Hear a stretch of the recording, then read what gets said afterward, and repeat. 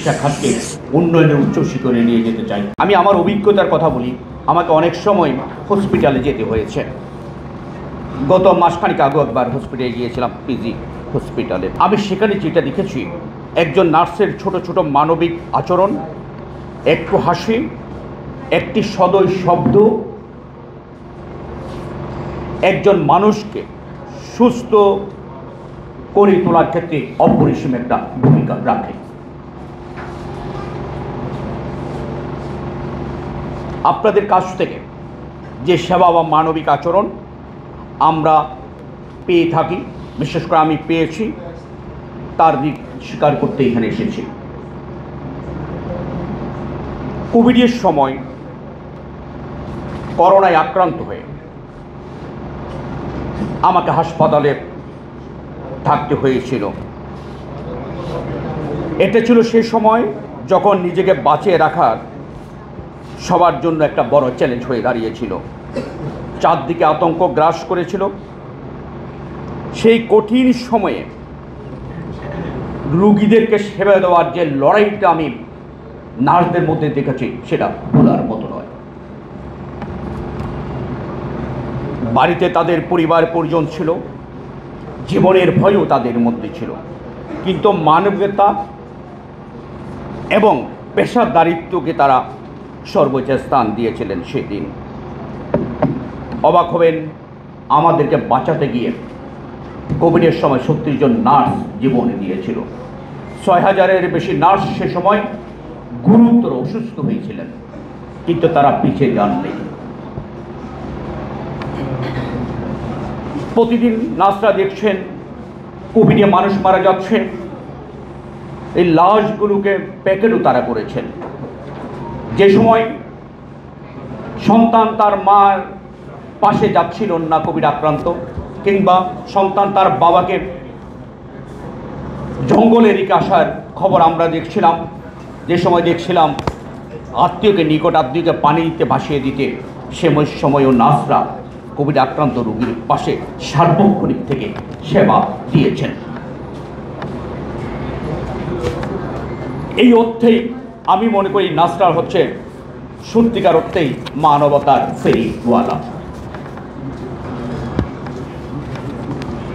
আরেকটা কথা না বললে নয়, আমরা যেন ভুলে না যাই, জন্মের আনন্দ এবং মৃত্যুর বেদনার সঙ্গী হন এই নার্সরাই। অর্থাৎ আমাদের জন্ম সময়ে দেখবেন হসপিটালে নার্স থাকে, মৃত্যুর সময়ে থাকে বেশিরভাগ ক্ষেত্রে। একমাত্র স্মার্ট সিটি বসুন্ধরা, আধুনিকতায় এক ধাপ এগিয়ে। বলা হয়ে থাকে নার্সরা হলেন সেই মানুষ যিনি প্রতিদিন অনেকের জীবনের সূচনা দেখেন, সমাপ্তির সাক্ষীও থাকেন। তাই নার্সদের যথাযথ সম্মান, প্রশিক্ষণের সুযোগ সুবিধার ব্যাপারে আমি মনে করি এই রাষ্ট্রকে আরও বেশি এগিয়ে আসা উচিত। একটা পরিসংখ্যান দিয়ে শুধু এটুকু বলি, একটি দেশে স্বাস্থ্য সেবার ৮০% নার্সিং সেবার মানের উপর নির্ভরশীল। আজ একথা না বললে নয়, নার্সরা স্বাস্থ্য সেবার অন্যতম পদস্তম্ভ হলেও আজ তারা তাদের ন্যায্য পাওনা থেকে বঞ্চিত। আমাদের আব্দুল সত্তার পাটোয়ারি সাহেব কিছুটা বলে গেছেন, তারা সম্মানজনক বেতন পান না, কর্মের সুন্দর একটা পরিবেশ পান না, তারা নিরাপত্তা পান না, নানা ধরনের সংকটের মধ্যে তারা আসতেছেন। নার্সদের প্রধান সমস্যাগুলো যেটা হয়তো আপা বলবেন, আমি যেটা মনে করছি তাদের সাথে আমাদের একটা পেশাজীবীদের একটি অঙ্গসঙ্গ হিসেবে আমি যতটুকু তাদের সম্পর্কে আমার জানতে হচ্ছে বা জেনেছি, সেখানে তাদের কাজের মধ্যে অতিরিক্ত একটা চাপ তাদের মধ্যে থাকে। যেখানে থাকার কথা ছিল একজন ডাক্তারের পেছনে ৩ জন